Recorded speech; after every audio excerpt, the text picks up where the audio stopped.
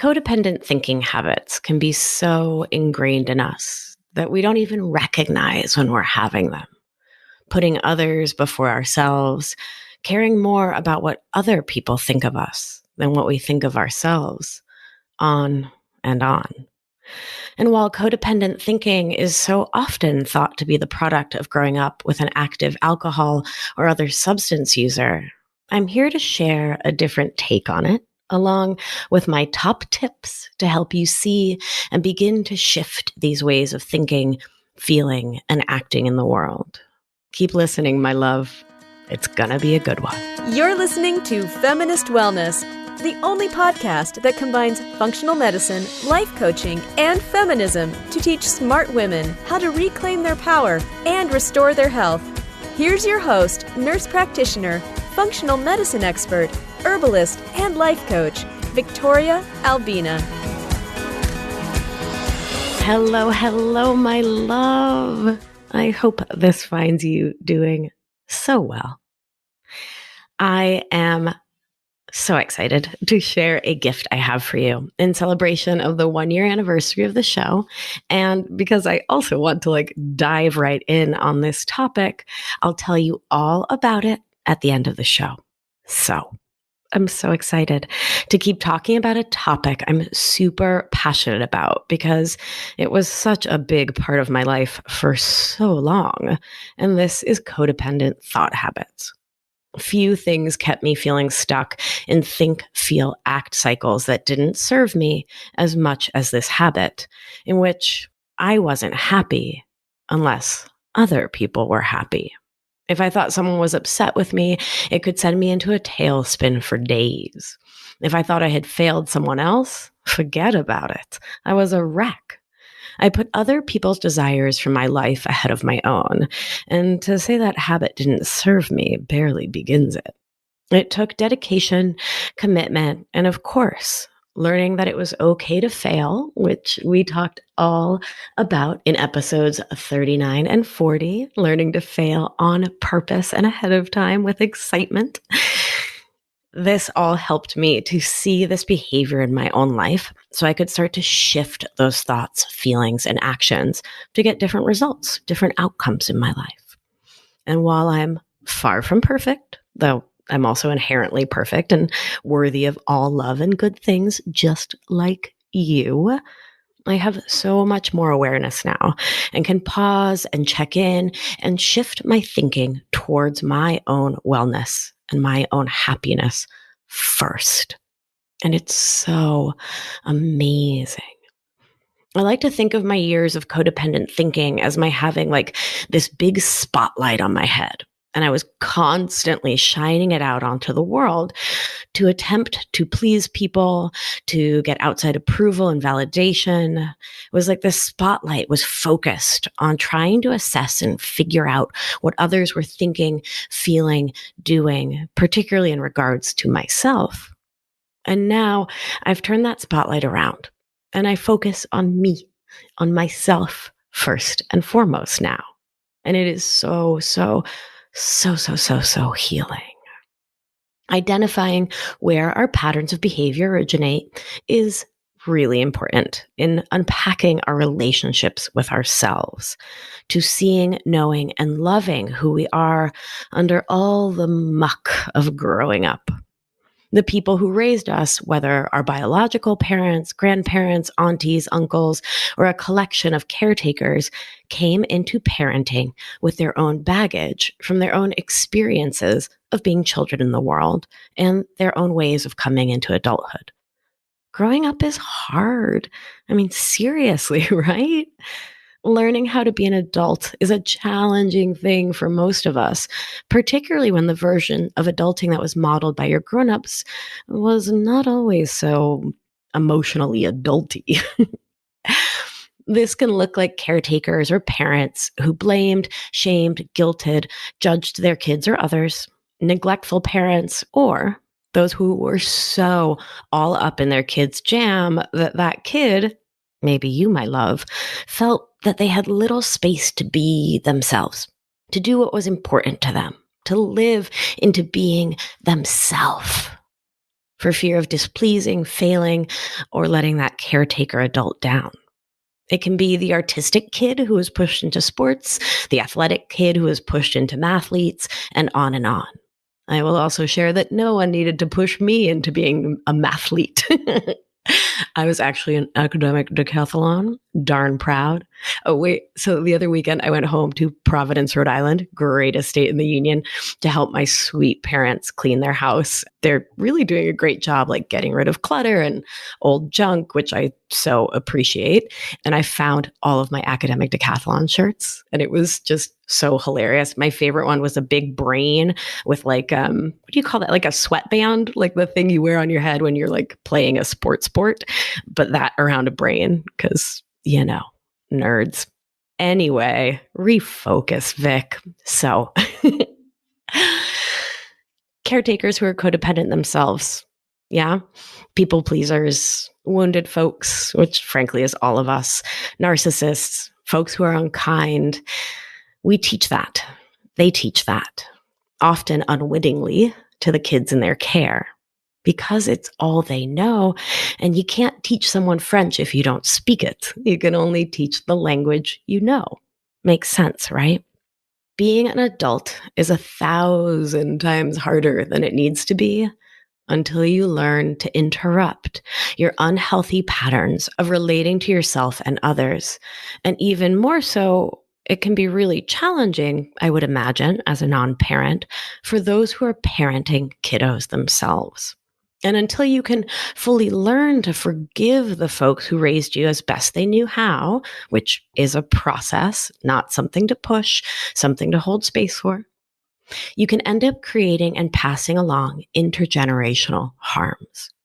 Even for those of us who are not ourselves parents, we have the chance through this work to make sure that we know what is what, and that our relationships with our partners, nieces, nephews, coworkers, neighbors, ourselves, are as healthy and secure, as sane and safe as possible. We can, through careful analysis of our thought patterns, make sure that the values and beliefs that pass from one generation to the next are ones that bring peace, joy, and happiness. Sharon Martin, a clinical social worker who does some great work around healing from codependency, writes, "The boundaries between generations are porous, with values and beliefs seeping through to the next tier." This quote resonates so strongly for me when thinking about codependency. As I shared last week, this concept originated in the 1970s. The term, which describes relationships in which the participants depend on one another at the cost of their relationship with themselves, came about in the field of substance abuse counseling. What I'll share today is that I don't believe there has to be substance use or abuse in a home or a family unit for there to be codependent thought habits present. Codependent thinking develops as a response to trauma, but that trauma didn't necessarily happen to you. It could have been several or even one generation in the past. For example, if there was a grandparent or even a great grandparent who had concerns with their use of alcohol or had mental health concerns, each successive generation may have had codependent ways of thinking modeled for them. And they then model that for the next, and so on, down to you. And this is our focus for today, the intergenerational legacy of codependent thinking. Please note that as we move through the work today, I won't be using words like addict or alcoholic, those are in air quotes, because I think they're really problematic. They're stigmatizing and blaming, and I think we need to look at those choices in context as coping mechanisms, and not to shame or blame or guilt or label anyone who uses a substance as a way to manage feelings, situations, systems of oppression that they have no other tools to manage. We are not taught how to manage our minds, how to feel our feelings, how to communicate with and heal our inner children, how to regulate our nervous systems, how to live with and heal trauma and stress. And not everyone on the planet learns how to do these things. So People will buffer against the feelings they don't know how to feel or process or live with. And sometimes that looks like using substances. Casting stones at those folks who buffer or cope by overdrinking, for example, does nothing to help them, society, families, or you, my darling. So we're not going to do it. It makes the language a little clunkier for sure, and that's fine. It's worth it to be loving and understanding and to hold space for everyone's experience. So with that said, professionals in the field recognize that the suffering and challenges experienced by folks who grew up with caretakers dealing with addiction and those abusing, overusing alcohol in particular reaches beyond the substance user and into the family system. The partner of the alcohol abuser may find their mental and emotional energy directed, sometimes almost entirely, towards an attempt to manage, control, or make up for the addicted person, towards cleaning up their physical and emotional messes, avoiding their abuses, protecting children, otherwise attempting to mitigate perceived disaster, like a DUI or other concerns that may arise through the use and overuse of substances. Many relationships in which an addictive substance plays a role may become abusive. And whether that abuse is physical, mental, emotional, or otherwise, whether it's overt, like hitting, or there's subtler forms, like manipulation, the person on the receiving end of the abuse has to put all of their resources into survival. Forget thriving. You need to make it through the day. Who has time to take care of themselves when they feel they have to keep everyone else's head above water? Thought patterns like that one are classic signs of codependency in relationships informed by addiction. And codependent behaviors and thought patterns are learned.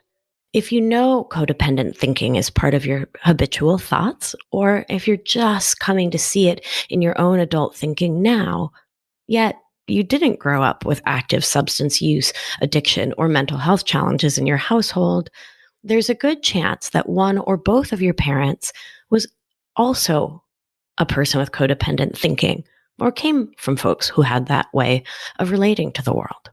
The role of the codependent thinker with someone in the midst of addiction is, to say the least, exhausting, depleting, entirely unsustainable.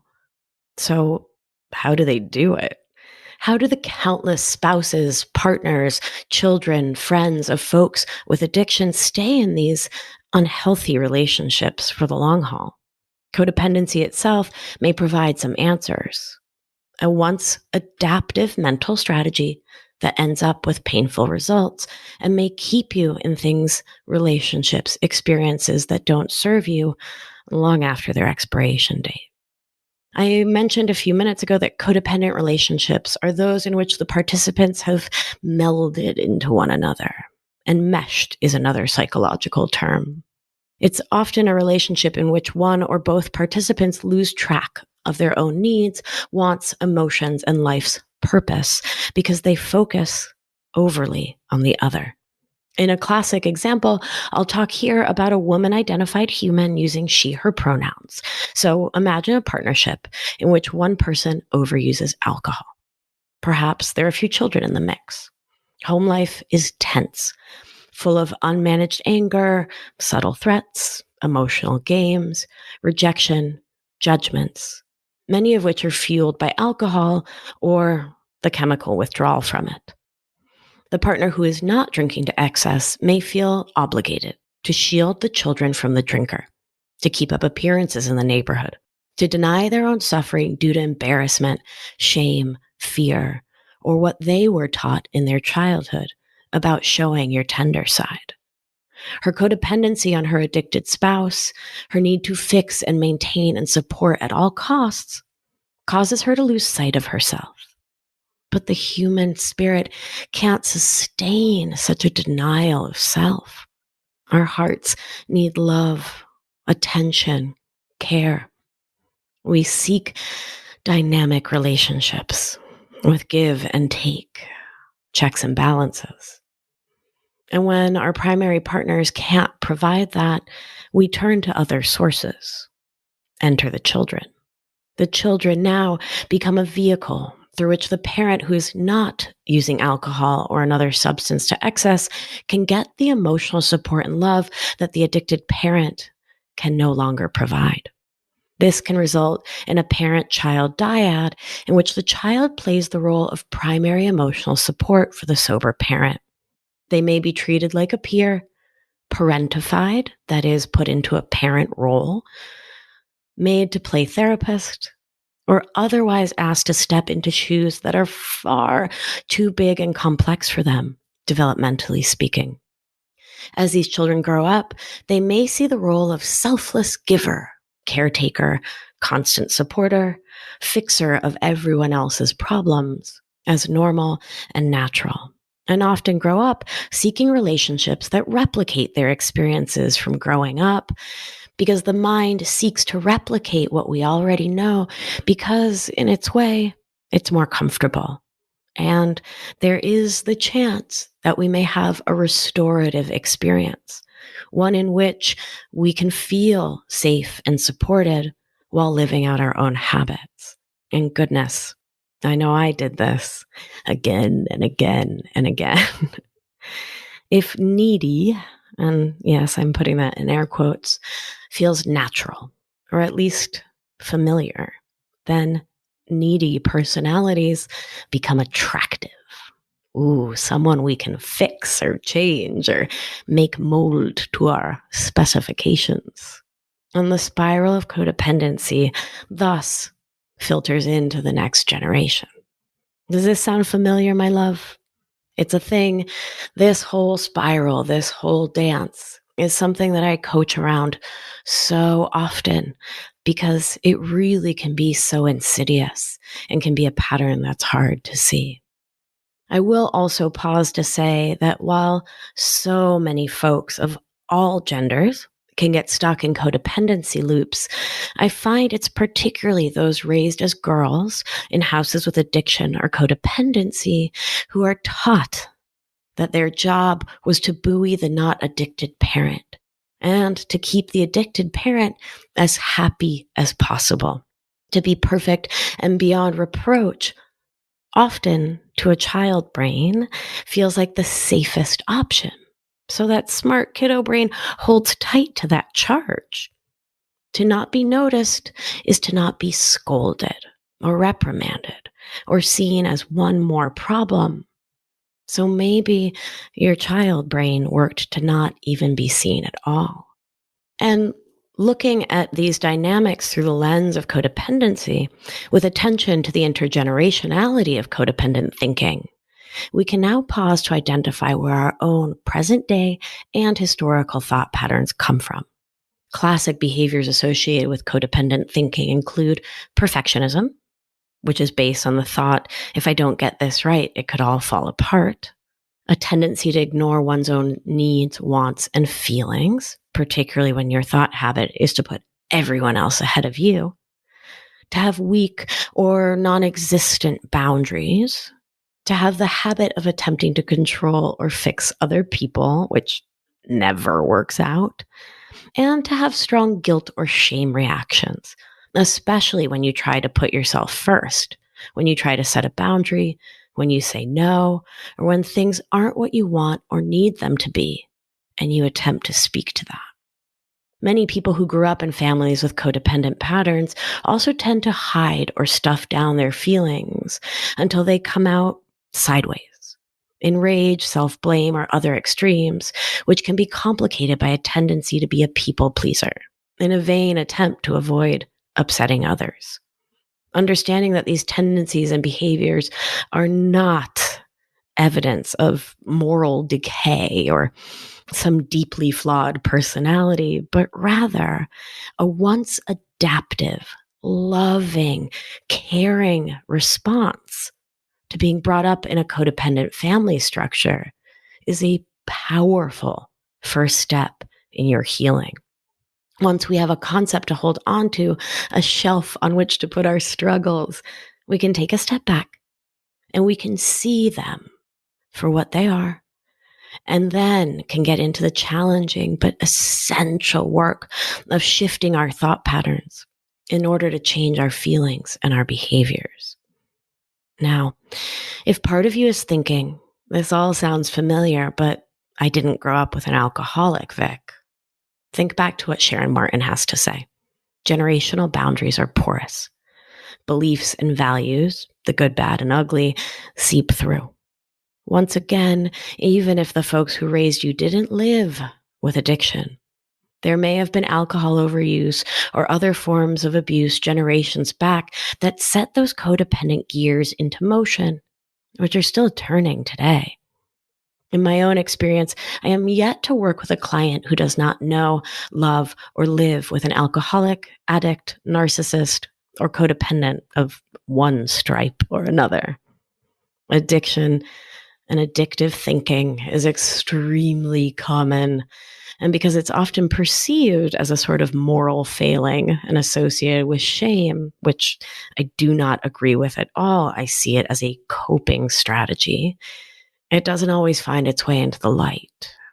And as always, my beauty, we cannot heal what we cannot see.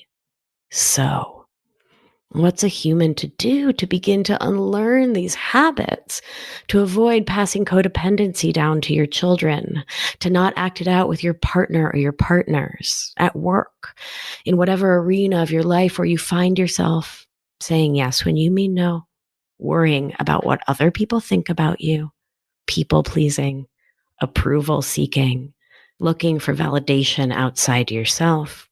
It's vital to start with you, to learn to focus your attention and energy on healing yourself and creating new thought and behavior habits. My favorite theme ever. And for me, in the coaching work I do with my clients, it starts with learning to value yourself. This is step one. To know just how worthy of love and care you are, and that your job in this world is to show up with unconditional love for yourself first. I love the old saying, you can't pour from an empty cup. And codependent thinking takes your energetic and emotional cup and throws it against the wall. If you're not attending to yourself and your darling inner child first, that is, taking you for a walk, speaking kindly to you, honoring your wants and needs, reparenting yourself on the daily, then your cup shall remain empty, and you may stay anxious, stressed, overwhelmed, on edge, easily frazzled, depleted, fatigued.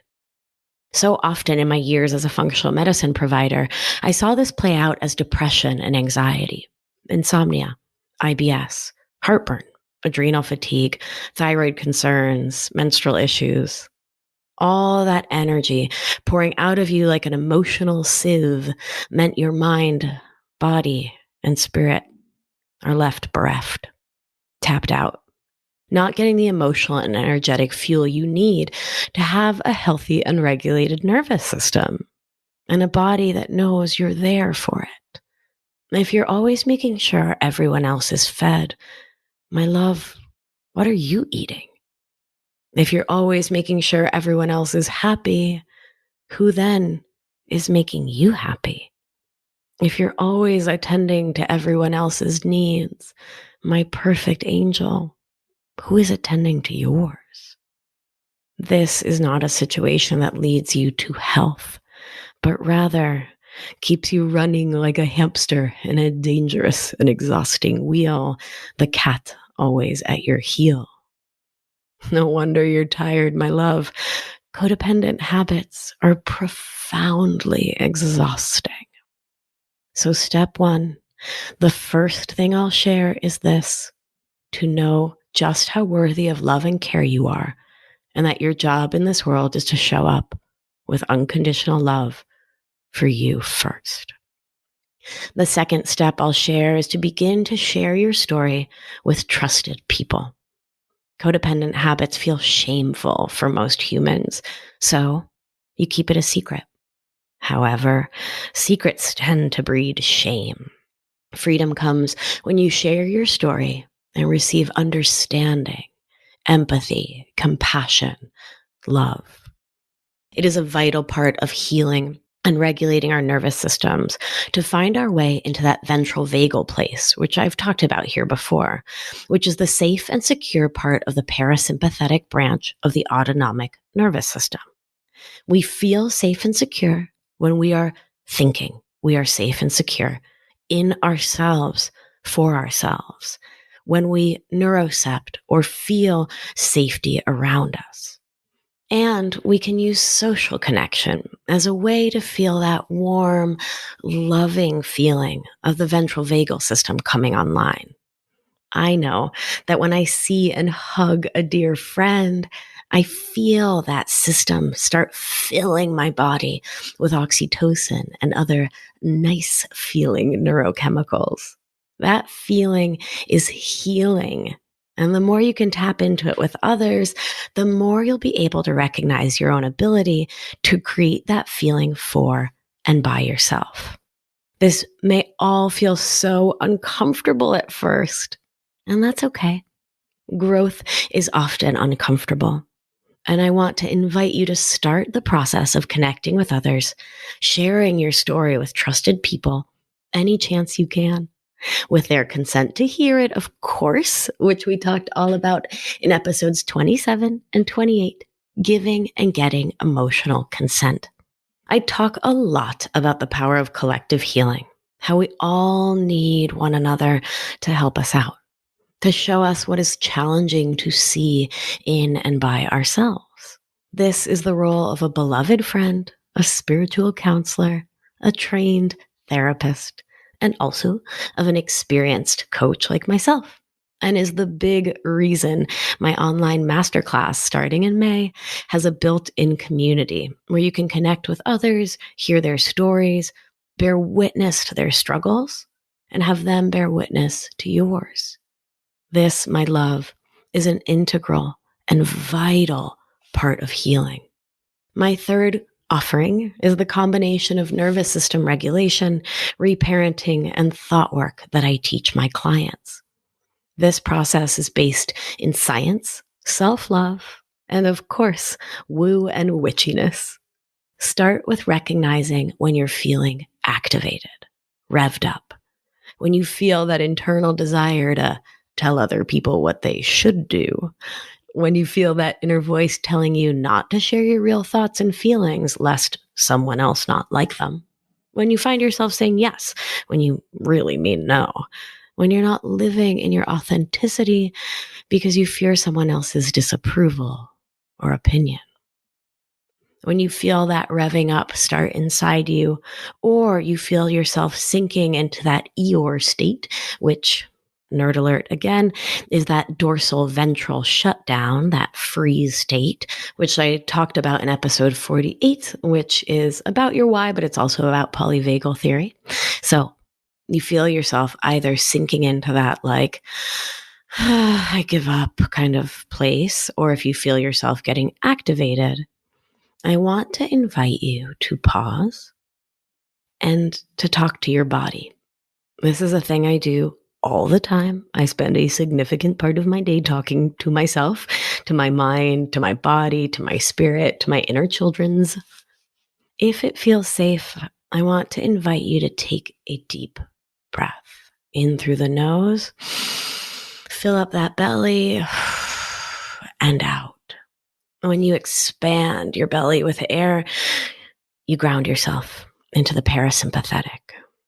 So I invite you to do so, to breathe deeply and therefore to begin to ground yourself. If that doesn't feel safe or right, or getting into your body is too scary, then you can start with orienting, to orient yourself to time and place. If noticing your breath brings up more discomfort, more activation, consider finding another focal point. You can tap your fingers on the desk and listen to the sound of your own tapping. You can feel your fingers on the desk and orient yourself to that. You can take a sip of water and feel that going down your throat. You could even chew some gum and bring your attention and your awareness to that act.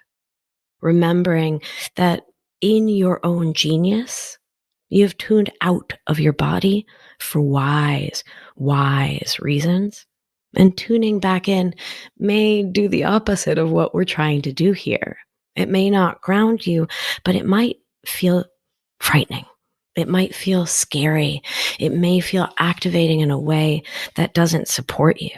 It could take you into a somatic memory.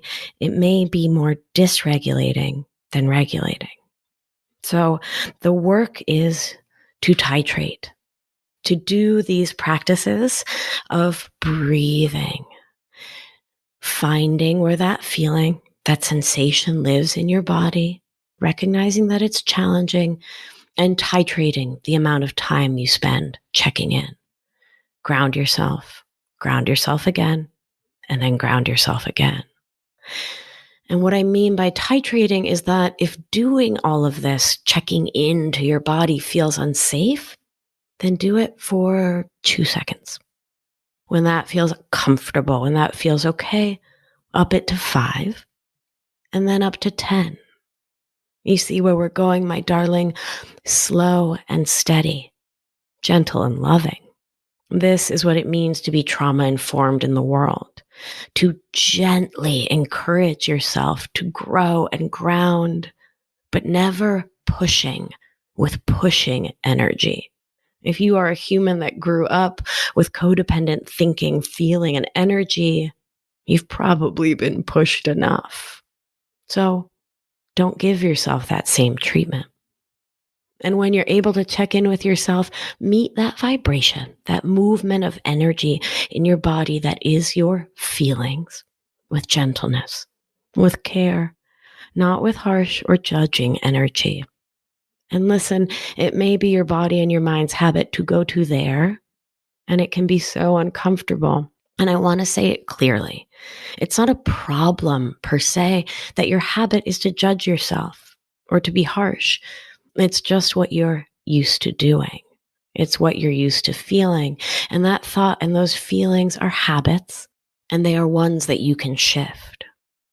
And as a person who often went into sympathetic activation, that freak out, fight or flight place very quickly and easily for so much of my life, I want to honor how much that process of going sympathetic and then judging yourself and being harsh, I want to honor how much it can feel like a problem. I want to honor how quickly my brain would criticize me for being activated. And I want to tell you, because science, that critical voice once served you. It is coming from a place of love, and it doesn't serve you now. It keeps you feeling stuck. So instead of meeting a harsh and critical voice with harsh criticism, be your own most loving parent and meet that voice with love. Consider thanking it and inviting it to take a back seat to unconditional self-love, self-care, and positive self-regard. Take some more deep breaths. Let's center ourselves together, my darling. Deep breath in through the nose. Fill that belly, and out. Remember, you can choose your next thought to create your next feeling.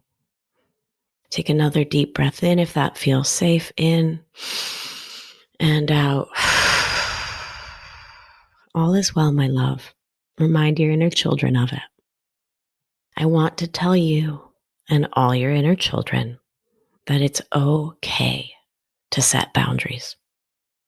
As you begin to do this work, the next vital step is learning where your own limits are, which I talked all about in episode 46.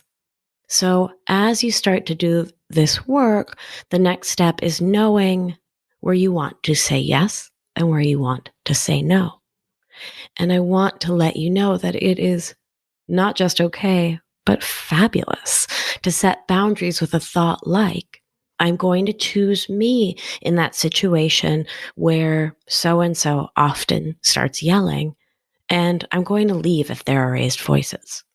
Maybe you decide to think, I'm not going to go home for the holidays this year, knowing your family of origin may not like it, and that's okay. Or maybe it starts really simple, like today I'm going to practice taking care of my needs first before anyone else's. And I want to call attention to the importance of the word practice here. This work is about practice, learning, growing, and not perfection. I'll be talking in an upcoming episode all about perfectionism. So make sure that you're subscribed to the show so you don't miss a thing. This is not about doing something in some perfect way. It's about shifting daily into a place where you are creating a feeling of self-love and self-care, where you are creating space to do your future self-journaling, which we talked about in episode 9. You are holding space for yourself to try breath work or another meditation in the morning before you jump up out of bed to attend to others, or before you open Instagram for external approval, aka checking your likes and DMs, or whatever your habit may be, to check out instead of checking in. And finally, in an ideal world, the original codependent relationship will be fixed and can be healthy again. Sure, that would be great and would help to diminish the harmful effects of codependency moving forward. And in reality, this doesn't always happen, which is where the gift of thought work comes in. You can change your relationship to any and every situation, regardless of what the other person does or doesn't change, what they think, what they say. The person struggling with a substance, with codependency, with narcissism, what have you, may not want to change their habits. And that's okay, because you get to remember that your number one job is to learn to take care of yourself first and to let other adults live their own lives on their own terms, much like you get to live your life on your own terms. This is the process of addressing and starting to undo and unravel the legacy of intergenerational codependency. I know you can do this, my darling love. And it starts with loving yourself first. You got this, baby. I know you do. Okay, my sweet loves, that's it for this week. So I have 2 exciting things to share. The first one is presents. If you've been listening to the show, you know I love presents and I love giving them to you in the forms of PDFs and meditations. And this one is a physical one, which is so exciting. So it's been a year. It's been a year that I have been doing the Feminist Wellness podcast together with you. And I time is what it even is time, right? Like that's a whole other episode, but my goodness, I can't believe it's been a year and I'm so excited. And so I'm going to do a giveaway. One of the things you may have heard me or other podcasters share is that one of the most helpful ways to get your podcast out to the masses, to help other humans who could need these lessons, folks struggling with codependency, self-doubt, who are having trouble thinking failure is a terrible thing, who are future tripping, buffering, shooting that second arrow, right? Like, I want to get this show out far and wide because it's a free resource. It's a way that I can do my part on this beautiful earth to give back for all the privilege I've had, all the lessons, all the teachers, all the schooling, all the training. I have been so lucky and gifted in this life, and I'm out here to share it for free with all of yous. So help me help the world. Head on over to iTunes, subscribe to the show, rate and review it. It doesn't have to be a 5-star rating. If you don't really like the show, then I'm surprised that you listened all the way to the end to hear this, but there we go. Give it a rating, put a little review on there, share your thoughts and feels, maybe the way the show has helped you. Whatever you want to write is magnificent, and I'm grateful. Take a little screenshot and email it to podcast@victoriaalbina.com. And that will get you one entry to win one of 4 sets of my homemade, hand-blended essential oil rollers. There are tons of details on my website, victoriaalbina.com/giveaway, where there's pictures of the rollers. They're so sweet. So there's 2 rollers, 4 lucky winners, 2 rollers each, a full set. So they're a sort of reviving blend that's to help you wake up, feel more energized, focused. And the other is my Easy Now blend, which is a really relaxing. It has some magnesium oil in it. It's a relaxing blend. I'll often use it on my pulse points before bed or in the evening to support me in chilling out, understanding that essential oils go right through that olfactory bulb into your brain and change your brain chemistry, which is so cool. I'll also use Easy Now before doing my morning thought work and my inner child work and my future self journaling to really help me just get into that like chill place before I do my breath work and morning meditation. And then I'll put the reviving like energy up one on before I head to the gym. So that's for you because I love you. So 4 lucky winners will get a full set of these rollers. I do sell them for $48 for the set. So that's a pretty nice gift. If you want to get an extra entry, take that picture that you emailed us of your review and put it on your social media. Make sure to tag me at Victoria Albina Wellness, and that'll get you 2 entries total. So that's very exciting. God, I love presents, and I love that it's been a year of the show. How fun. The second exciting thing is that everything's rocking and rolling for my holistic masterclass, all about healing codependency, managing your mind, really living an intentional life where you're the boss of your brain, where you're in loving connection with your nervous system and your inner child. You're letting go of anxiety, stress, overwhelm, and are taking back your thinking and feeling and the actions you take, the results you get. Can you tell I'm just like on fire about this because it's going to be incredible. I am opening the waitlist of folks who want to get into that class. It's going to be a very small class because it's really important to me for it to be really high touch and for you to get an awful lot of my time and attention. So if you want to get on that waitlist, drop us an email, podcast@victoriaalbina.com. Someone will be in touch. We'll put you on the wait list. And when we open the doors, you will be the first to know about it. Like you'll get an email before anyone else. So that's pretty cool. All right, my sweet loves. I hope that today has been helpful for you. Thank you for listening.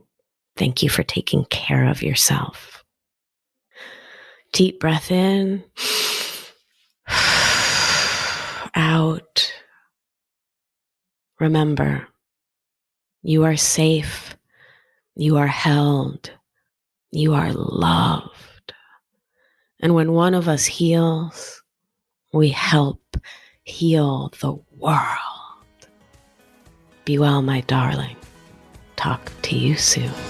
Thank you for listening to this week's episode of Feminist Wellness. If you like what you've heard, head to victoriaalbina.com to learn more.